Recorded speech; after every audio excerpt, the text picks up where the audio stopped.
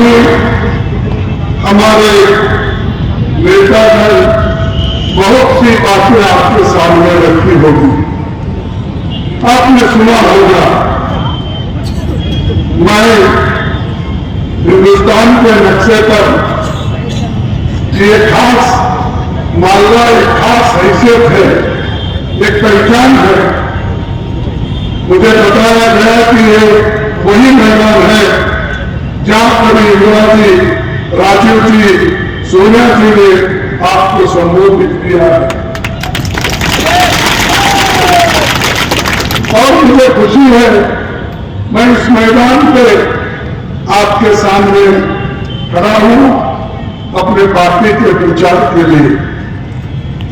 ये जगह इसीलिए भी विशेष है कि राहुल गांधी जी के भारत जोड़ो न्याय यात्रा इसी मैदान में रात्रि विश्राम किया था, वो आप लोगों से मिले भी थे।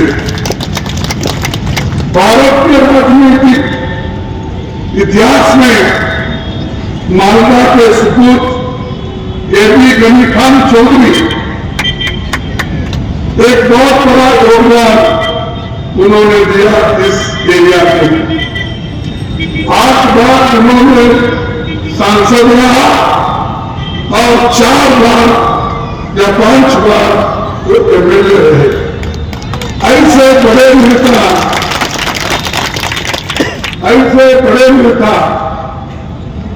वो मेरा भी रिकॉर्ड तोड़ दिए। मैं 11 बार था, मैं समझते 12 बार हो गए। तो इतने महान नेता ये मालवा शहर से आते हैं, मालवा जिले से आते हैं। और 1972 में बंगाल सरकार में मंत्री के रूप में उन्होंने शपथ ली। और मैं खास आपको बताना चाहता हूं, ए.पी. गनी खान चौधरी को मेरी पहचान चिकमंगलूर में इंदिरा गांधी जी के इलेक्शन में हो। वहां पर प्रणब मुखर्जी और गनी खान चौधरी साहब एक रूम में रहते थे, क्योंकि वहां पर जनता पार्टी ने ध्यान लगाया था कि एक रूम से ज्यादा नहीं देना। तो एक तरफ गनी खान चौधरी और हमारे प्रणब मुखर्जी थे, एक तरफ मैं मिनिस्टर था उस वक्त भी स्टेट गवर्नमेंट में। तो मैं और मैं दूसरे दोस्त मिनिस्टर एक रूम में थे। सुबह उठते ही उनकी मुलाकात होती थी कि हमारे चुनाव में और चुनाव को जाने से पहले उस वक्त उनमें जो जोश था मैं देखा। और ये अपने बात के पाबंद थे, तो किसी से डरते नहीं थे और वो खास अपने बात से अड़े हुए रहते।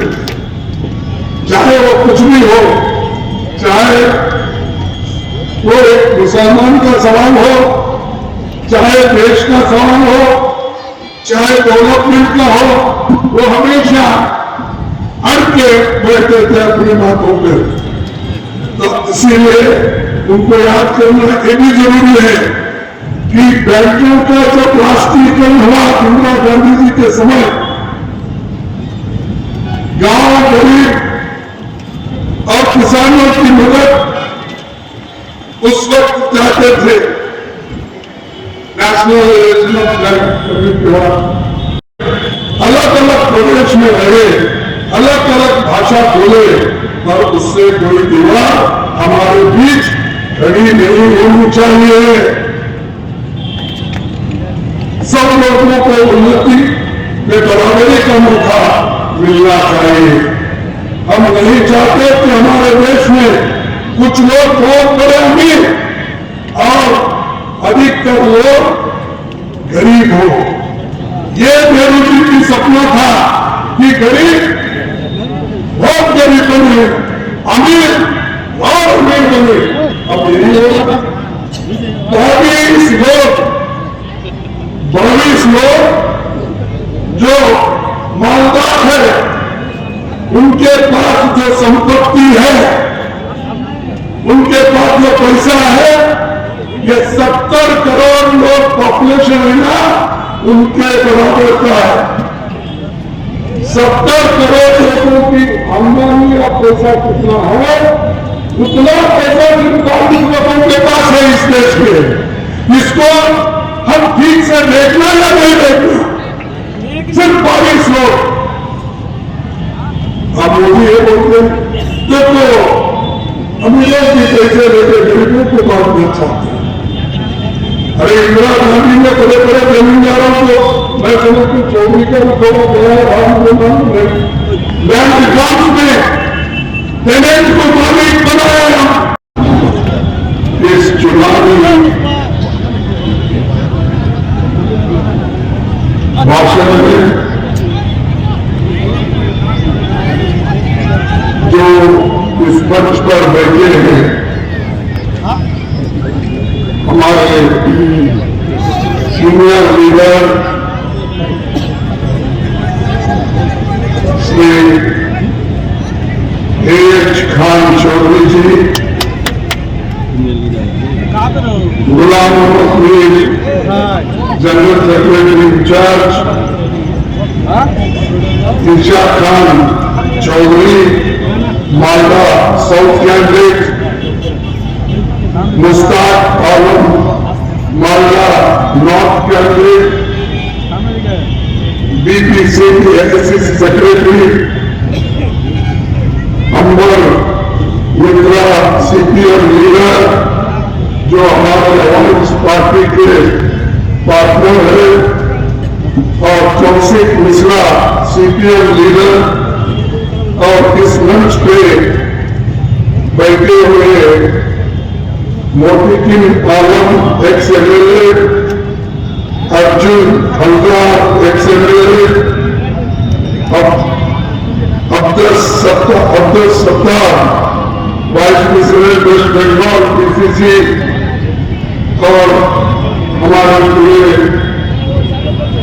मंच पर बैठे हुए सारे नेतागण, यहाँ पर पधारे हुए मेरे भाइयों और दूर दूर से सुनने वाले मेरे बहनों, माताएं और नौजवान साथी, और मेरे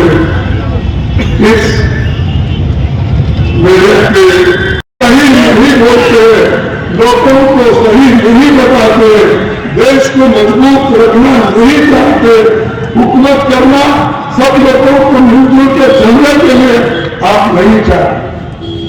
अब इधर उधर होगा छूट बोल था क्या भाइयों? आपको मालूम है कांग्रेस क्या कर रही है? कांग्रेस ये कर रही है कि जातीय जनगणना लाके वो तुम्हारी संपत्ति बांटना चाहती, मुसलमानों को मिलना चाहते। ये क्या भाई? इस हिंदुस्तान में एक ही दस्तूर है सबके लिए, मुसलमानों के लिए वही दस्तूर है जो बाबा साहब अम्बेडकर ने लिखा। हिंदुओं के लिए भी वही है, सिख के लिए वही है, ये अपने क्रिश्चियन के लिए वही है, सबके लिए वही है। लेकिन तुम कैसा बोलते हो कि सबके अलमारी में क्या है वो घुसेंगे देखेंगे, और घर में क्या है देखेंगे। देख देख कर अगर आपके पास 1 लाख रुपए है, 50 लाख उनको देंगे, और मंगलसूत्र भी छीनेंगे। अरे बड़े देश में हमने इतना हुकूमत किया 55 साल, आजादी मिलके 75 साल हो गए, कोई कांग्रेस वाला किसी का मंगलसूत्र छीना है? फिर मोदी क्यों बोलता है? क्यों बोलते हैं? झगड़ा लगाने के लिए। भाई हम आपका आदर करते हैं, आप प्राइम मिनिस्टर हैं, आप इज्जत करते हैं, बेइज्जती करना नहीं जानते, इज्जत करते हैं, लेकिन आप जो बातें करते हैं ये बच्चों जैसे बातें करते हैं। किसी ये कभी हुआ है घर में घुस के तुम्हारे मंगलसूत्र लाए, सोना आ गया तो आधा सोना नहीं। यहां तक अमराबाद में मैं उनका भाषण सुना, मैं गया तो परसों गया था अहमदाबाद, सूरत, उधर उनसे आते हुए उन्होंने आकर गया वहां के लोगों को, भाइयों तुम कांग्रेस पे भरोसा मत करो, कांग्रेस को चुन के मत जाओ, अगर तुम्हारे घर में 2 भैंस है, 1 भैंस चुरा लेंगे, वो 1 भैंस मुसलमानों को देंगे। ये क्या आप सुने बड़े को अपने 2 भैंस है तो 1 भैंस दूसरों को देंगे। ये क्या संपत्ति डिस्ट्रीब्यूट करेंगे? अरे हमारी तो ये देश को बचाने के लिए सबको जो अच्छा करना है हमने काम किया। नेहरू जी को देश में बड़े बड़े कारखाने खोले, बड़े बड़े डैम बनाए, इरिगेशन के प्रोजेक्ट बनाए। जिस देश में एक दाना नहीं मिलता था खाने के लिए, लोग तरसते थे, अमेरिका से लाके जो लोगों को खिलाते थे। लेकिन आज हरी क्रांति होने के बाद सबको खाना मिल रहा, यहां तक कि फूड सिक्योरिटी एक्ट के तहत हर घर जो आहार पहुंच रहा है, धान पहुंच रहा है। जिस देश में एक सुई नहीं करती थी, उस देश में इंदिरा गांधी ने रॉकेट बनाकर ऊपर छोड़ दिया। यह है हमारी कुवत। इस कुवत के साथ हम काम कर रहे, देश को एक रख रहे, लेकिन आप कभी एक रखने नहीं देते।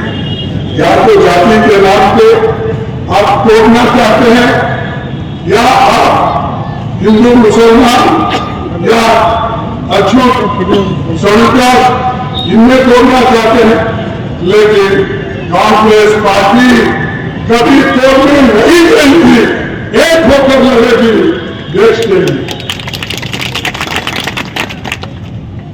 पंडित जवाहरलाल नेहरू जी ने एक बात कही थी, मैं आपको उसका जिक्र करता हूं।